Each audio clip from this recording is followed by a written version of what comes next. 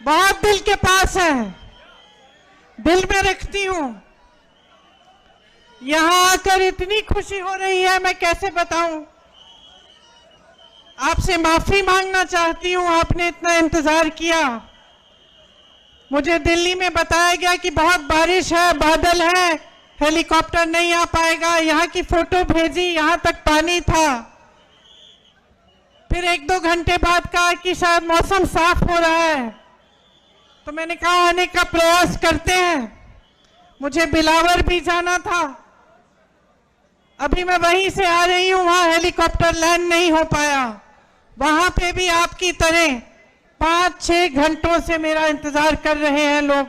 मैं उनसे भी माफी मांगना चाहती हूं और कहना चाहती हूं कि चुनाव के बाद मैं प्रयास करूंगी कि मैं एक बार बिलावर जरूर आऊं, क्योंकि आप सबने इतना इंतजार किया।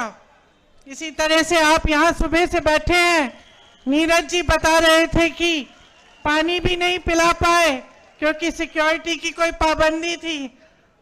तो मैं आपकी बहुत ही शुक्रगुजार हूं, खास तौर से मेरी बहनें। आपका घर पे भी काम होगा, फिर भी आप यहाँ बैठी हैं, इंतजार कर रही हैं। आपका बहुत बहुत धन्यवाद। देखिए, एक जुड़ाव होता है राजनीतिक, एक पारिवारिक जुड़ाव होता है, एक ऐसा जुड़ाव होता है जो अपनी जमीन से होता है, जहां अपने परिवार के पुश्तों की पैदाइश है। वो एक अलग बात होती है, वो एक लगाव होता है जो शायद लफ्जों में बताया भी नहीं जा सकता। जम्मू कश्मीर से मेरे परिवार के सदस्यों का यही जुड़ाव है, यही लगाव है। मैं यहाँ आती हूँ तो आपकी शक्लें भी मेरे से मिलती जुलती हैं। काफी बार मैं देखती हूँ, गाड़ी से देखती हूँ या किसी से मिलती हूँ, कहती हूँ तो ऐसे लगता है कि मेरी बहन है। तो एक अलग जुड़ाव है। आपको शायद मालूम नहीं होगा, मेरी दादी इंदिरा जी की हत्या से 4-5 दिन पहले हम लोग घर पे बैठे थे। मैं 12 साल की थी, राहुल जी 14 साल के थे। अचानक दादी ने कहा, बड़ा दिल कर रहा है कश्मीर जाने का। जो चिनार के पेड़ हैं, पतझड़ के समय जो गिरते हैं, मैं उन्हें देखना चाहती हूं। तो हम दोनों बच्चे थे, बहुत खुश हुए, चलो दादी के साथ कश्मीर चलेंगे। तो दादी हमें कश्मीर लाई। पहली बार मुझे खीर भवानी के मंदिर में ले गई। उसके बाद एक बड़े आध्यात्मिक गुरु थे उनके, पंडित लक्ष्मण जी, उनका आश्रम होता था श्रीनगर में, वो वहां गई। फिर हम दिल्ली आए। 3-4 दिन बाद ही उनकी हत्या हो गई, वो शहीद हो गई। तो अक्सर मुझे लगता है कि कैसा बुलावा था ये, कि एकदम अपनी हत्या से 4-5 दिन पहले अचानक बोली मुझे कश्मीर जाना है। ये अपनी धरती का बुलावा था।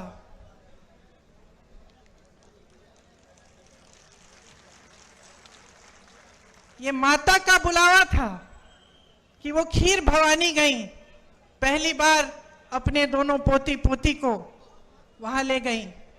और उसके बाद से जब भी मैं श्रीनगर जाती हूं, मैं जरूर खीर भवानी माता के यहाँ जाती हूं और अपनी दादी को याद करती हूं। दरअसल ये देश का शिखर है। प्रकृति ने आपको सब कुछ दिया, सुंदरता, संसाधन, बड़े बड़े आध्यात्मिक गुरु जो यहां से चले और सिर्फ अपने देश भर में नहीं लेकिन दूसरे देशों तक गए और धर्म की बात की, अमन चैन की बात की। आपके पास सब कुछ था, एक धार्मिक परंपरा, जैसे मैंने कहा, प्राकृतिक सुंदरता, संसाधन, और शायद ये दुनिया का तरीका है, दुनिया का स्वभाव है कि जब किसी के पास सब कुछ होता है तो जिसकी नीयत ठीक नहीं होती है वो उसे छीनने की कोशिश करता है, उसका इस्तेमाल करता है।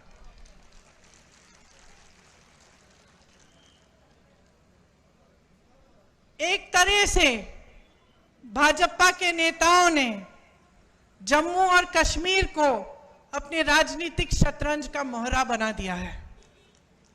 यहां के लिए नीतियां नहीं बनती, आपके लिए नीतियां नहीं बनती।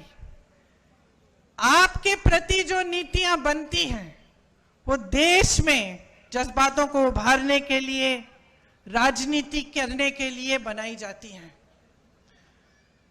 मैं मोदी जी का भाषण देख रही थी, यहां आ रही थी, मैंने सोचा देखूं मोदी जी क्या कह रहे हैं। शायद कटरा का भाषण था।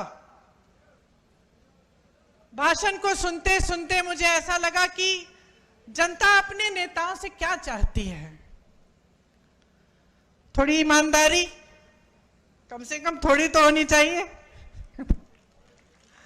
थोड़ी सी सच्चाई, एक कर्मठता, एक गंभीरता कि जनता की क्या समस्याएं हैं, ये नेता समझ रहे हैं कि नहीं समझ रहे हैं।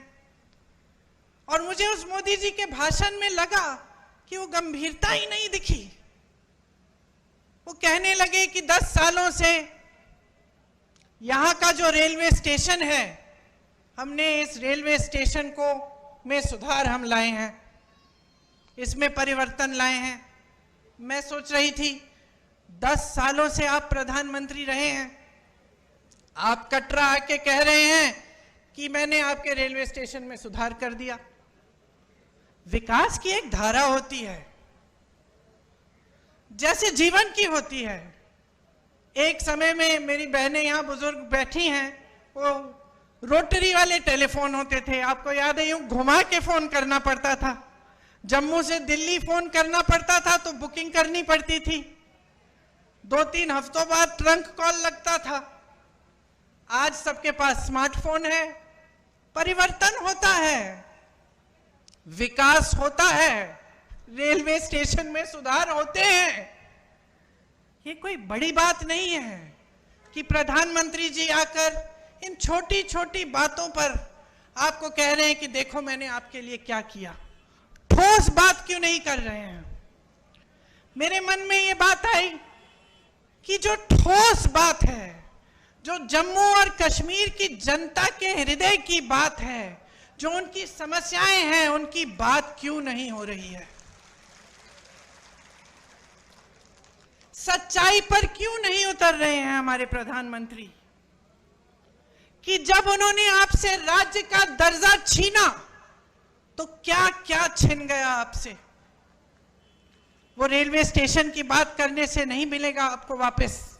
वो ये कहने से कि मैंने जम्मू में आईफल टावर जैसा एक ब्रिज बनाया है, वो आपको वापस नहीं मिलेगा। वो आपका हक था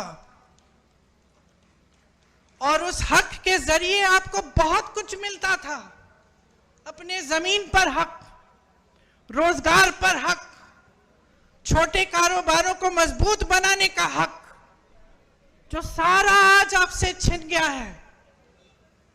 एक एलजी है जो पूरा अपने हिसाब से, अपनी मनमानी से राज कर रहे हैं।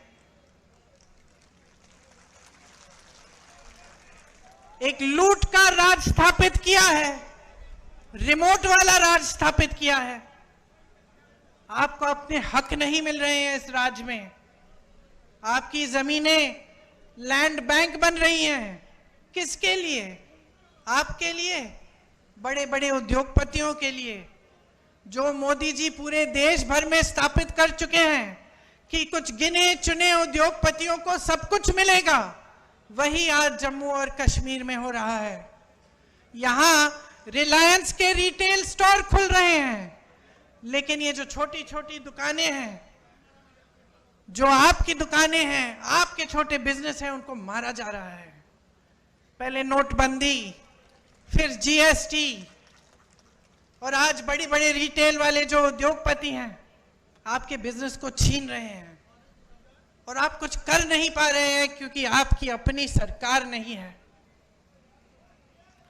नौकरियों का हक आपको मिलना चाहिए। यहां तमाम नौजवान खड़े हैं, मेरी बहनें मेहनत करके परिश्रम करके बड़ा करती हूं। मैं 52 साल की हूं, मेरा बेटा 24 साल का है, मेरी बेटी 22 साल की है। क्या चाहते हैं हम अपने बच्चों के लिए? एक उज्जवल भविष्य चाहते हैं, कुछ बड़ी शान शोहरत पैसा सत्ता नहीं। हम चाहते हैं कि खुश रहें, ईमानदारी से अपना काम करें और अपनी कमाई कर लें, अपने पैरों पे खड़े हो जाएं। ये आप भी चाहते हैं, इस मंच पे बैठे सारे नेता भी यही चाहते हैं। तो ये हक आपसे छीना क्यों जा रहा है? आज रोजगार के मामले में जम्मू और कश्मीर इतना पीछे क्यों पड़ गया है? इतनी बेरोजगारी क्यों है? आप परवरिश करते हैं अपने बच्चों की, मेहनत करते हैं, उनको पढ़ाते हैं लिखाते हैं। बच्चा भर्ती का पेपर देता है, पेपर लीक हो जाता है, पेपर दे भी देता है, मार्क्स भी आ जाते हैं, भर्ती नहीं होती। घोटाले पे घोटाले होते हैं। ऐसे बच्चे हैं जो 27-28 साल के हो जाते हैं, 30 साल की उम्र के हो जाते हैं नौकरी की इंतजार में। उनको खुद नहीं पता होता कि जब हमने भर्ती का इम्तिहान दे दिया है, हम पास भी हो गए हैं, तो क्या हम इंतजार करें? हो सकता है 6 महीने में नौकरी मिल जाएगी, हो सकता है 2-3 महीनों में नौकरी मिल जाएगी। तो बेचारे इंतजार करते रहते हैं, सोचते हैं कहीं और लग जाएंगे तो ये भर्ती निकल जाएगी तो हम रह जाएंगे। और इस तरह करके साल पे साल गवा देते हैं, अपनी जवानी गवा देते हैं। बच्चों की शादी नहीं होती, जब रिश्ता लेके जाते हैं कहते हैं कि भाई नौकरी नहीं है, रिश्ते नहीं पक्के होते। तो इस तरह से कैसे आगे बढ़ेंगे हम? आपके एलजी बाहरी हैं, साफ तमाम जितनी भी पॉलिसियां, जितनी भी नीतियां बन रही हैं बाहर वालों के लिए बन रही हैं। 450 मिनरल के जो ब्लॉक हैं उनमें से 200 के ठेके बाहर के लोगों को दिए हैं। आपको रेत, आपकी रेत है, आपकी बजरी है, बाहर भेजी जा रही है, आपको खरीदनी पड़ती है अपने घर बनाने के लिए, तो उसका दाम महंगा होता है कि नहीं? आपको घर में छोटी सी छोटी मरम्मत करनी पड़ती है, आप घबराते हो कि कैसे करेंगे। कोई बीमार पड़ता है, घबराते हो, इलाज कैसे करवाएंगे। और यहां बाहर की सारी कंपनियां आकर सब कुछ लूट रही हैं। 10 मिनरल के ब्लॉक्स हैं, 26 रेत के खनन, सारे ठेके बाहर के इनके मित्रों को दिए गए हैं। बाहर की कंपनियों को ला कर आपके जितने भी छोटे कारोबार हैं उनको खत्म किया जा रहा है। ये तो मैं मंच पे खड़े होकर कह रही हूं, एहसास तो आपको है। अब त्योहार का महीना आने वाला है, एक तरफ घबराहट कि त्योहार के लिए हमें अपने घर को सजाना है, मेहमान आएंगे, खाना खिलाना है, सब कुछ करना है, कैसे करेंगे, महंगाई इतनी है। और दूसरी तरफ ऐसा एहसास होता है कि पता नहीं इस साल बिक्री होगी कि नहीं, धनतेरस आएगा, दिवाली आएगी, लोग खरीदेंगे कि नहीं, क्या हमारे कारोबार चल पाएंगे कि नहीं। ये आपकी असली समस्याएं हैं। इन समस्याओं से जूझ रहे हो आप। वहां केंद्र में मोदी जी, अडानी जी और अंबानी जी को बढ़ा रहे हैं, यहां आपके एलजी अपने मित्रों को आगे बढ़ा रहे हैं। माता वैष्णो जनरल स्टोर या रघुनाथ मार्केट के जो कारोबार हैं उनको बढ़ावा कौन दे रहा है? ये रिलायंस रिटेल हर जगह जो खुल रही है वो तो खूब तेजी से बढ़ रही है। आपके लिए ठोस काम क्या हो रहा है? जल जीवन मिशन का स्कैम होता है, एक दलित अधिकारी उस स्कैम को उभारता है। क्या होता है? उसको प्रताड़ित किया जाता है। मैंने ईमानदारी की बात की, सच्चाई की बात की, नेता से उम्मीद की बात की। ये उम्मीद होती है ना कि अगर कोई अधिकारी ईमानदारी से बता दे कि भाई ये स्कैम हो रहा है, करोड़ों लूटे जा रहे हैं, तो आप उसका संरक्षण करें, उस स्कैम की जांच करें, उल्टा उसे प्रताड़ित किया जाता है। क्या यही हमारी परंपरा बन गई है? क्या आज यही उम्मीद होनी चाहिए हमें अपने नेताओं से? आप सोचिए, आज भयंकर बेरोजगारी है। यहां जम्मू में 65% सरकारी पद खाली हैं। आप यहां बेरोजगार खड़े हो, नौजवान, हाथ उठाकर अगर मैं पूछूं कि किस किस को सरकारी नौकरी मिली है, आप सब बोलेंगे नहीं मिली है। अभी जो चुनाव खत्म हुआ उसमें हमने जब हम पूरे देश भर में घूमे, जहां जहां गए हमने पूछा, भाई हाथ उठाओ, किस किस को रोजगार मिला है? एक हाथ नहीं उठता था। 10,000, 20,000, 50,000 की भीड़ में एक हाथ नहीं उठ रहा था। उल्टा क्या दिया जाता है आपको? नौजवानों को अग्निवीर जैसी स्कीम। ये हमारे जवान खड़े हैं, देश के लिए जीवन देने के लिए तैयार हैं। जब ये आते हैं हमारी सुरक्षा करने के लिए, जब सरहद पे खड़े होने जाते हैं, तो मन में ये रखते हैं कि हम एक दिन शहीद हो सकते हैं इस धरती के लिए, और आप अग्निवीर लाते हैं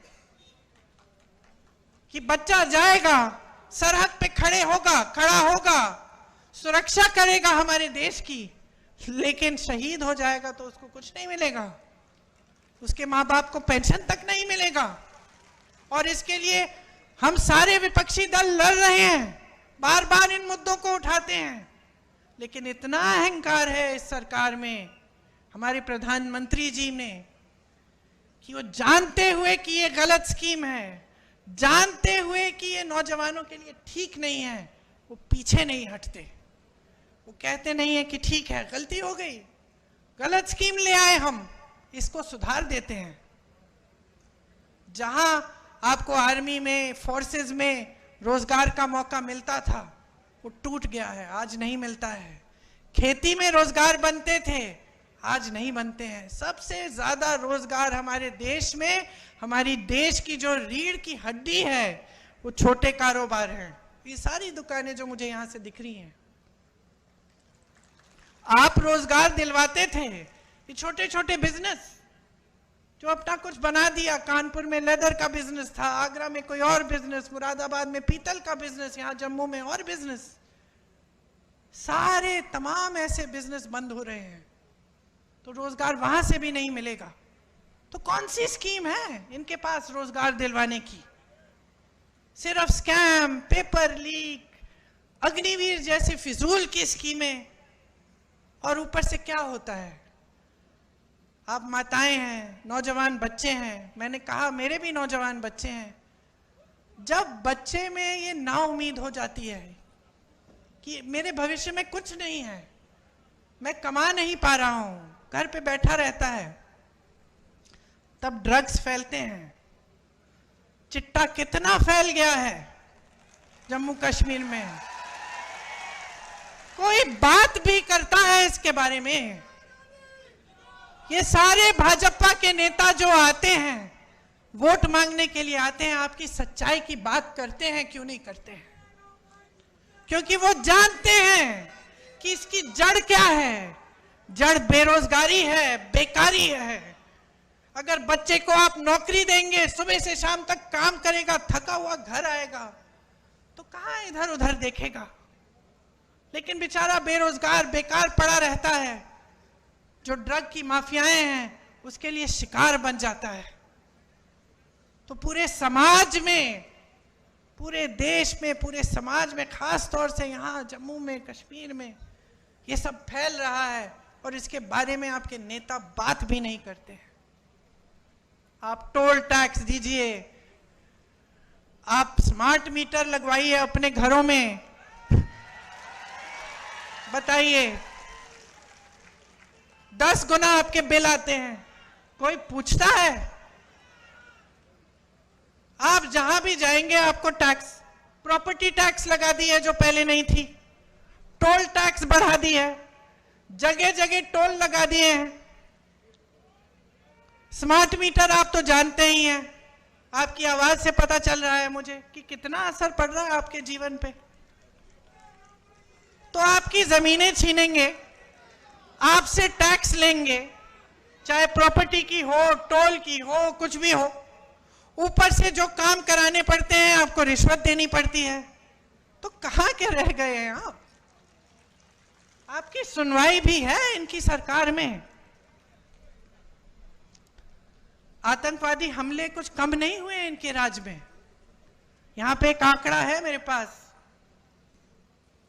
683 आतंकवादी हमलों में तकरीबन 260 जवान और 170 आम जनता की जानें गई हैं।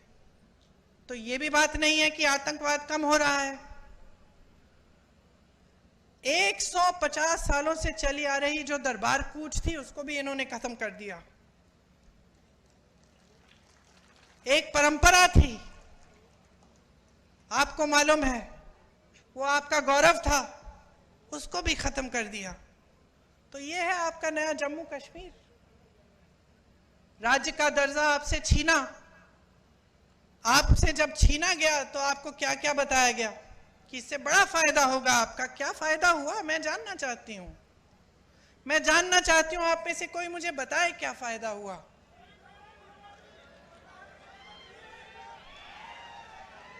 आपसे जो संविधान ने आपको जो सबसे बड़ा अधिकार दिया था, वोट का अधिकार, समानता का अधिकार, जो कबीर जी जैसे संतों ने, रविदास जी जैसे संतों ने जिसकी बात की थी, वो अधिकार, समानता का अधिकार कि भाई तुम में और तुम में कोई फर्क नहीं है, सब समान हो, ये अधिकार हमारे संविधान में गड़ा हुआ है। ये अधिकार छीना आपसे कि इतने सालों के लिए आप वोट तक नहीं दे पाए। तो क्या उम्मीद रख सकते हैं आप इन लोगों से? सब छीना है, सब लूटा है। मंच पर आते हैं, मैं प्रधानमंत्री के भाषण की बात कर रही थी, 45 मिनट में से 20 मिनट तो मेरे परिवार पे उन्होंने व्यर्थ किए। अब आप मुझे बताओ, अगर मैं यहां आकर 20 मिनट के लिए सिर्फ आपको यह सुनाऊं कि मोदी जी का परिवार ऐसा है, वैसा है, आपको क्या लगेगा? क्या लगेगा बहन, क्या लगेगा? यही लगेगा ना कि इस नेता को समझ में नहीं आ रहा है कि मेरी समस्या क्या है, मैं तो अपनी समस्या की बात सुनना चाहती हूं। यही लगेगा ना। और वो वही पुरानी रट लगाए हुए हैं, 10 सालों से हम सुन रहे हैं और 10 सालों से परिवर्तन नहीं आ रहा है, 10 सालों से प्रगति नहीं आ रही है, घुटन हो रही है। खास तौर से यहां जम्मू और कश्मीर में घुटन हो रही है, भविष्य नहीं दिख रहा है आपको। तो मैं आपसे क्या कहने आई हूं, पहचानिए, सच्चाई को पहचानिए। इंदिरा जी की बात की, उनकी लगाव की बात की, एक सच्चाई थी उसमें, एक गहराई थी, वो हम आज तक अपने दिल में रखते हैं। ये हमारी धरती है और आपकी धरती है। आप वहां बैठे हो, नेता मंच पे बैठे हैं, आप अलग नहीं हो नेताओं से। ये अलगपन दूर करना पड़ेगा हमें। आपको समझना पड़ेगा कि ये नेता आपने बनाए हैं। आपको समझना पड़ेगा कि नेता आए आपके सामने, आपकी समस्याओं के बारे में बात करे, तब तक आप वोट मत दो उसे, चाहे कोई भी हो। ये लड़का नीरज, मैं इसे अच्छी तरह जानती हूं, संघर्षशील है, ईमानदार है, और सबसे बड़ी बात पता है क्या है? हिम्मत है इसमें, लड़ने की हिम्मत है। जब जब मैंने दिल्ली बुलाया कि आ जाओ धरना प्रदर्शन है, एकदम आया और पीछे नहीं हटा। पुलिस ने लाठी मारी, तंग किया, ढकेला, मारा, पीटा, फिर भी पीछे नहीं हटा। तो मैं अपने अनुभव से जानती हूं कि नीरज में हिम्मत है, लड़ने की शक्ति है और आपके लिए लड़ेगा।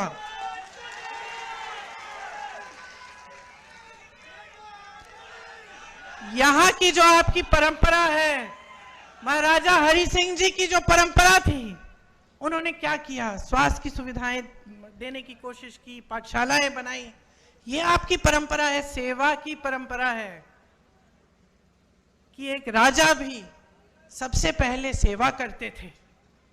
ये जम्मू की परंपरा है और ये परंपरा नीरज के हृदय में बसी हुई परंपरा है।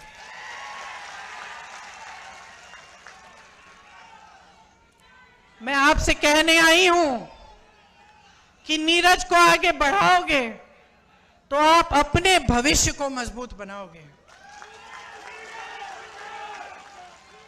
नौजवान है मगर समझदार है। इसमें वो विवेक है जो हर नेता में होना चाहिए कि जनता सर्वोपरि है, मेरे से बड़ी है, ये समझते हैं।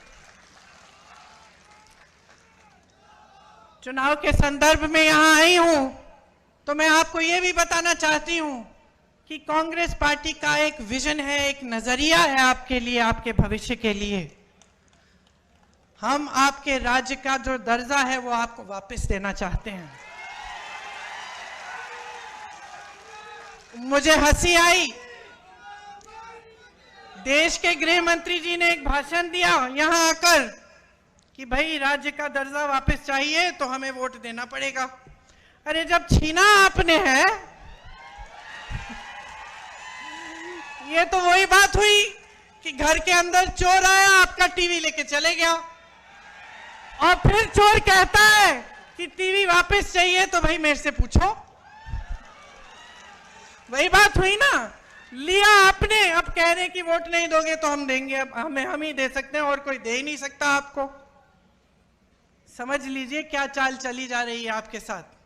तो कांग्रेस पार्टी चाहती है कि एकदम हमारी सरकार आएगी तो हम आपको राज्य का दर्जा वापस देंगे। 150 साल पुरानी जो दरबार कूच की जो परंपरा है वो फिर से शुरू की जाएगी। आपके रोजगार, आपकी जमीन को हम सुरक्षित करेंगे। हम सुरक्षित रखना चाहते हैं।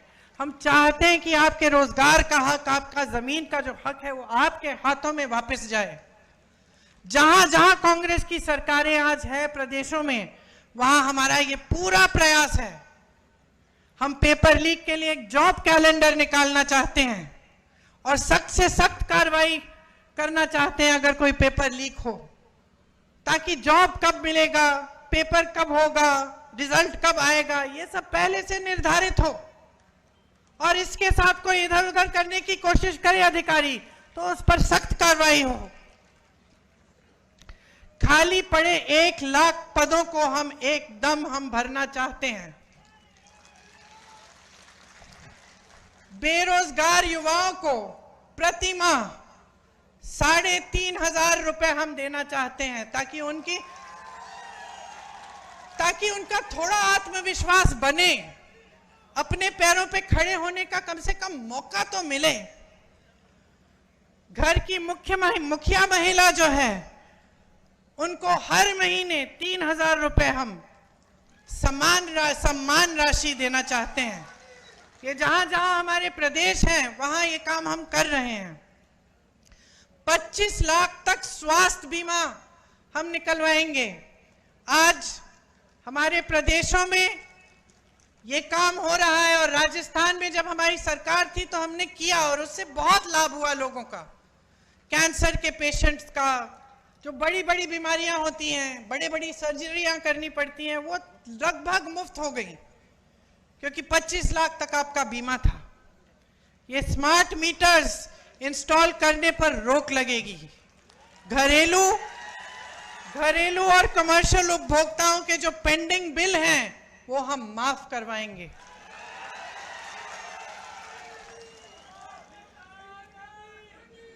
गरीब और किसानों की जो जमीन है उससे बेदखल नहीं किया जाएगा। आपको जो स्वयं सेवा समूह हैं उनको 5 लाख तक का ब्याज मुफ्त कर्ज पे मिलेगा। ओबीसीज को संविधान के अनुसार अपना पूरा हक मिलेगा। मनमोहन सिंह जी के समय कश्मीरी पंडित भाइयों और बहनों के लिए शुरू हुई जो रिहैबिलिटेशन पॉलिसी थी, उसे दोबारा हम शुरू करवाएंगे। देखिए, यहां आकर बड़ी बड़ी बातें करना आसान है। आपने तो बहुत नेताओं की सुनी होंगी बातें। एक विश्वास की बात होती है, प्रमाण की बात होती है कि ये जो कह रहे हैं कहीं पे इन्होंने किया भी है। तो मैं चाहती हूं कि मेरी बातों पे ना जाएं आप खुद जांच कीजिए। कर्नाटका में क्या हो रहा है, तेलंगाना में कांग्रेस की सरकार है, वहां क्या हो रहा है,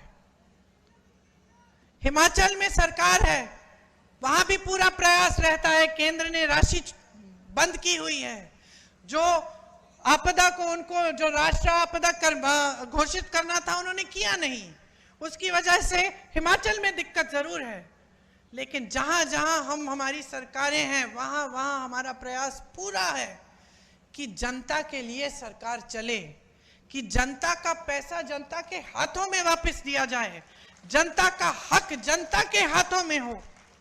और यही हमारा यहाँ जम्मू और कश्मीर में प्रयास रहेगा। ये मेरा वादा है आपसे। और मैं एक बार फिर से आपको धन्यवाद देती हूँ कि आपने इतनी ध्यान से मेरी बातों को सुना, वो भी इतना इंतजार करने के बाद। बहुत ही शुक्रगुजार हूँ। आप सब को बहुत बहुत धन्यवाद। और जल्द ही श्राद्ध खत्म होने वाले हैं, नवरात्रि शुरू होंगी, त्योहार आएंगे, उसके लिए बहुत बहुत शुभकामनाएं। आप सब भाई बहन हैं हमारे, आपके बच्चे फूले फले, यही हमारी उम्मीद भी रहेगी। धन्यवाद। जय हिंद।